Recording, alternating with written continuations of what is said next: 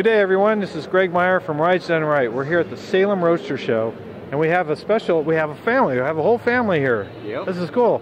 So this is Russ, Brandon, and Teresa Horrocks. That's how you say it. Sorry. But they have this beautiful, almost just electric blue Chevelle. It's a 67 Chevelle, yep. Malibu, right? Yeah. Tell us about this car. Well, first off, I've had several 67 Chevelles, and every time I did a Chevelle, I've always seen the things that I should have or shouldn't have done in the past. Attending a lot of car shows and stuff, and I'm looking at what everyone else is doing these days. You know, to cars, they're always doing something.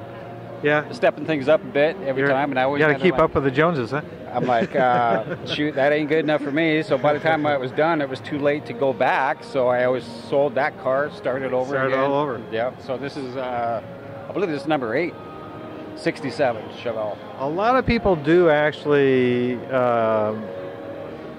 change the car they currently have to keep up. You don't. You just get rid of that, right. Start all over. Right. Well, most of the time it's too late. By this, how far I've gotten into it, it's like going back is it costs me more than just selling it and start over again. Oh, really? And you get to a point where you know these cars so well after doing them so much, it's not that hard. And this is, you say number 8? Is that number what you 8? Said? Wow, that's crazy.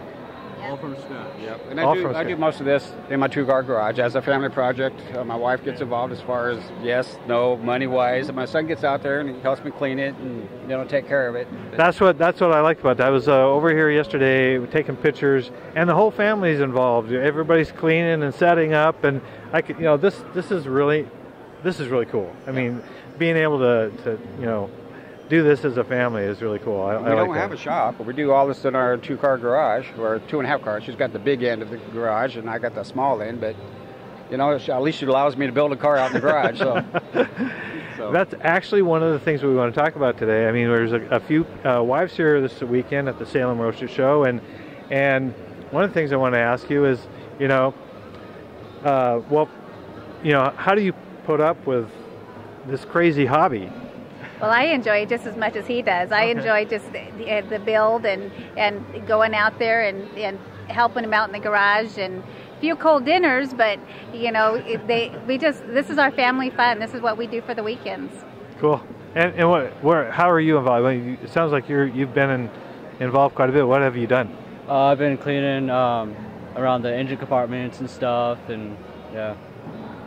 You must go get the wrenches and the screwdrivers and stuff too. I mean, I did that as a kid. My dad's under the car and he's like, "Hey, get me the 9/16 wrench," and then back and forth. Yep. I'm sure you do that, right? Oh, yes, sir, I do. Learn to decide. But that's what speeds up the process. Otherwise, you got to get out of the car, and so it does help. Yeah. So it's cool that y'all participate and here at the shows as well, right? Can I say one thing? I am very proud of my dad for building the car. Cool. And so yeah. That's got to be good. That's awesome. That's good. Yeah. So what's about this car that kind of sets up from the other Malibus that you've done? Well, the biggest thing that I have in this car that a lot of other 67s won't have is this dash that I put in this car. We'll show the picture. Come on back. Anyway, it's got a modified dash in it that's very unique to the car, so you wouldn't be able to recognize it as it being a 67. Yeah. And then I Frenched in the bumpers, so that if it's a little tighter, got rid of the bumper bolts, got rid of the license plate. Pull them in tight. Yeah. Right. Yeah. And I guess they call it the smoothie look as far as the bumper goes. So I got rid of all that on the bumper, cleaned it up. I got rid of the wiper holes and the wipers.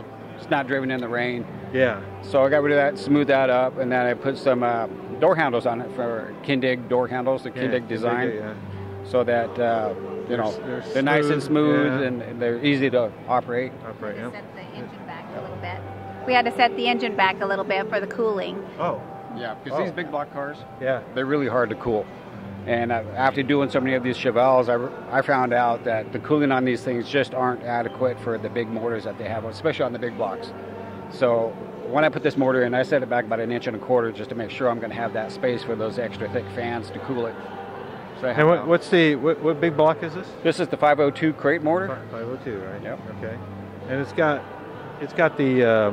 carbureted. So it's Right. kind, It's old carbureted. school. Yeah. It's old school. Yeah. It runs great. Starts right up.